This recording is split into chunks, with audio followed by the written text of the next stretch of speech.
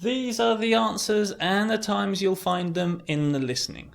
The listening track I've taken the timings from is available on the website link now above my head. The track number for this exercise is also now above my head. To explain why the answers are the answers, I'll tell you the part of the listening which directly relates to the answer. Hopefully, you'll very quickly see how the vocabulary in the question connects to the clips from the listening, so make sure you've got your course book open at the right page now. I'm going to be moving through the questions quickly, so please pause the video and rewind it as many times as you wish to make sure you understand exactly what I'm talking about. If, however, you have any further questions, please don't hesitate to get in touch through the contact form. Okay, let's go.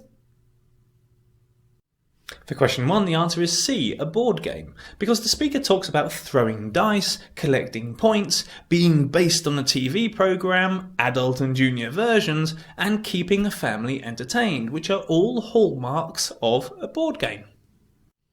For question 2, the answer is B, asking for his money back, because the speaker says, I can't give you a cash refund unless the product is faulty in some way, I'm afraid, because you paid by credit card.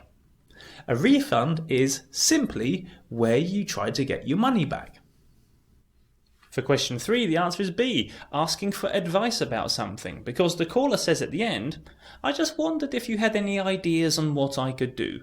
In other words, he's asking for advice. For question 4, the answer is A, in a bus station, because the dialogue mentions there wasn't one.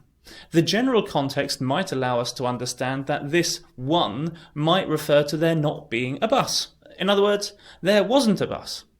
The dialogue also mentions a map of the area with bus routes, and a uniformed man that happens to be nearby that they'll ask presumably about bus routes. For question 5, the answer is B, the accuracy of the information she was given, because the woman says, had I known there was a midday flight, I'd certainly have chosen it, but when I spoke to your employee on the phone, she said that there was only one flight a day. This turns out to be a mistake, as there was an earlier flight after all. In other words, she wasn't given accurate information.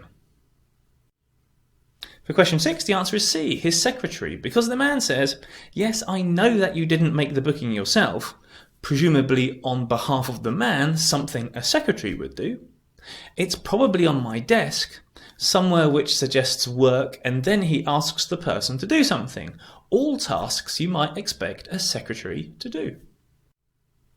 For question 7, the answer is A, travel.